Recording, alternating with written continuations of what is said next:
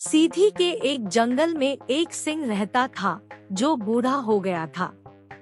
एक दिन वह तालाब में स्नान करके हाथ में कुशा लेकर मार्ग में खड़ा हो गया। उसी रास्ते से एक ब्राह्मण जा रहा था। ब्राह्मण को रोकते हुए सिंह बोला, अरे भाई जरा ठहरो, मेरे पास एक सोने का कंगन है। यह मेरे किसी काम का नहीं है, इसे तुम ले जाओ। सोने का कंगन देखकर पथिक ब्राह्मण सोचने लगा कि ऐसे अवसर तो भाग्य से आते हैं, परंतु इसमें जीवन मरण का भी संदेह है, इसलिए मुझे किसी भी लालच में नहीं पड़ना चाहिए। कहते हैं जो स्वभाव से अपना शत्रु हो, ऐसे व्यक्ति से कोई अच्छी वस्तु भी मिले तो उसका अच्छा परिणाम नहीं होता है।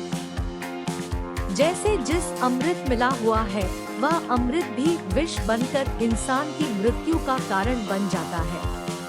परंतु यह भी बात सच है कि मनुष्य बिना दुविधा में पड़े लाभ भी नहीं कमा सकता है। यही सोचकर विप्र ने सिंह से कहा कि भाई आपके पास कहाँ है सोने का कंगन, मुझे दिखाओ। उसी समय सिंह ने ब्राह्मण को सोने का कंगन दिखा दिया।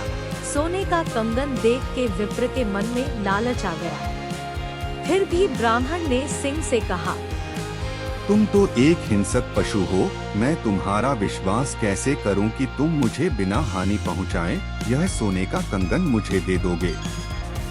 सिंह कहने लगा, अरे भाई, जब मैं जवान था तब मैं बड़ा ही दुष्ट हुआ करता था।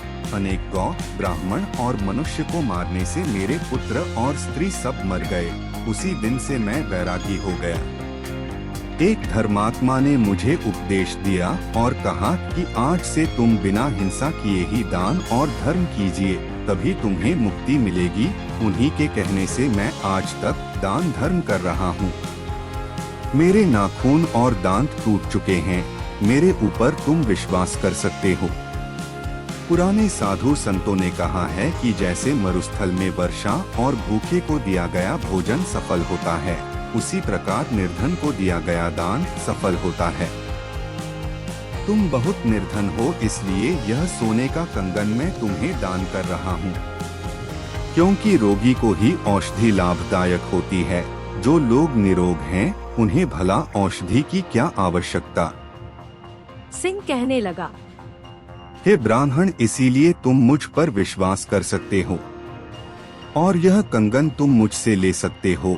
जाओ, जाकर पहले तालाब में स्नान कर लो, उसके बाद कंगन ले लो। अब तो निर्धन ब्राह्मण ने सिंह पर विश्वास करके तालाब में स्नान करने के लिए घुस गया।